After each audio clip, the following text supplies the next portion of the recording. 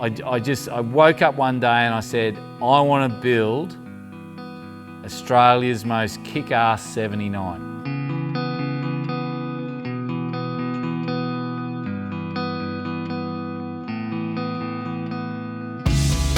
I would never own anything other than a four-wheel drive. Simple as that, because, you know, let's face it, I go off-road all the time. Come on, baby!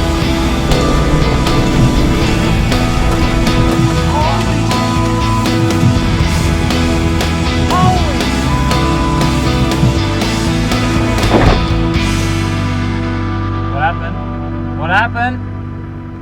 So for me, the whole off-roading thing started with when I first started driving cars, because I realised that a two-wheel drive car would only get you so far.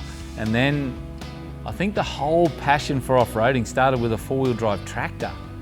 But I just fell in love with Land Cruisers and all those things on the farm that, you know, could go further and could handle the rough stuff, not like a sedan. I was not interested in sedans.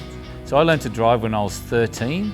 So I remember my first driving attempt in a Volkswagen Beetle, and it was 13 years of age. I was driving a stick shift, I was driving tractors. I could pretty much drive anything on the farm, just about. And I rolled my first car when I was like 13. So that's what sort of got me into cars. We had to learn how to fix these old heap of shit, you know, bombs on the, you know, out in the farm. And it was just, you know, motorbikes, cars, you name it, we wanted to drive it. It's the first time I got my own car. I personally bought my own car. It was a little Suzuki Sierra. It had a 1200 Corolla engine in it, and I blew it up in the first week I owned it, and I ended up having to buy another engine to put in it. And it actually had an airbrushed Thunderbox. So it was a picture of an old Thunderbox airbrushed on the side of this car, and it was baby shit yellow. I remember the day I bought it, I got a loan, I got a bank loan because I had a job. I had a job as an apprentice Boilermaker, and I started, as soon as I got it, I started building stuff for it. I couldn't afford to buy the stuff, so I started building bull bars. I built suspension, you know, shocky mounts for it. I built a roll cage, a 6-point roll cage, put race seats in it. I ended up racing the thing. All for Adventure came about, I think it was a little sort of idea that niggled with me for years.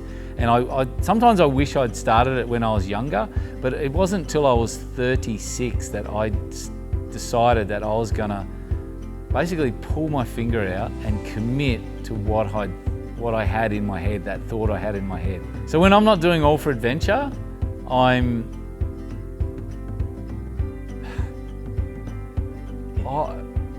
I don't do anything other than what I do on All for Adventure.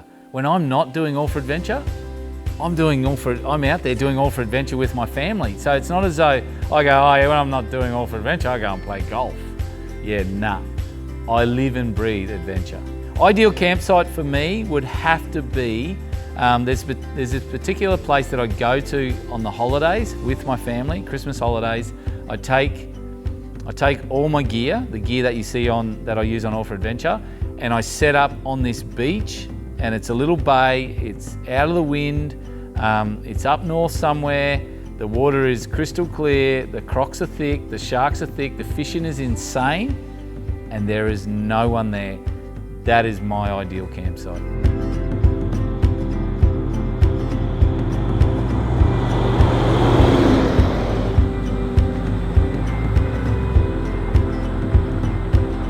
The whole story behind building the 79 is because Simon and I have been, you know, using 79 Land Cruisers since, God, 6-7 years ago when they first sort of come out. Pretty much when they first come out. So we started off with the first sort of dual cab 79 Land Cruiser. I actually had a 70 series or a 76 series, and then the dual cab came out and bang, we got one. And then, you know, we built them up, and so we've been building 79s for years, and this back in black was almost like a statement. I woke up one day and I said, I want to build Australia's most kick-ass 79.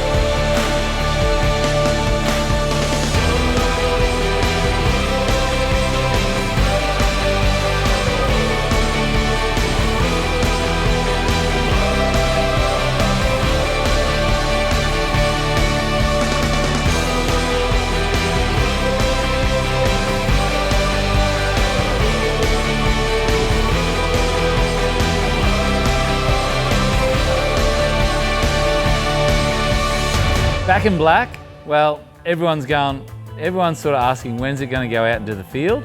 Well, I'll tell you what, very shortly, I'm going to take it out on its a little adventure, just a local one. So if you want to see what happens when Simon and Jase get the 79 out into the bush and dust up a couple of tracks, then you've got to see it on unleashed.tv.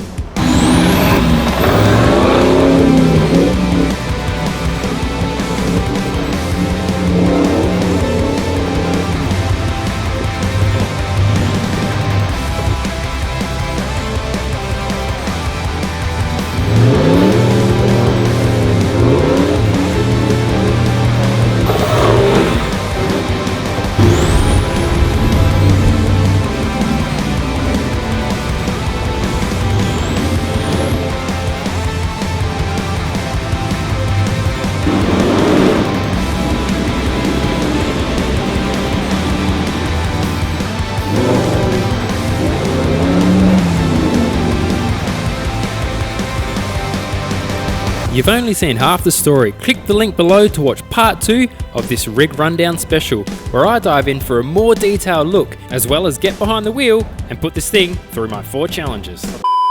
How many pairs of All for Adventure thongs do you think you've been through?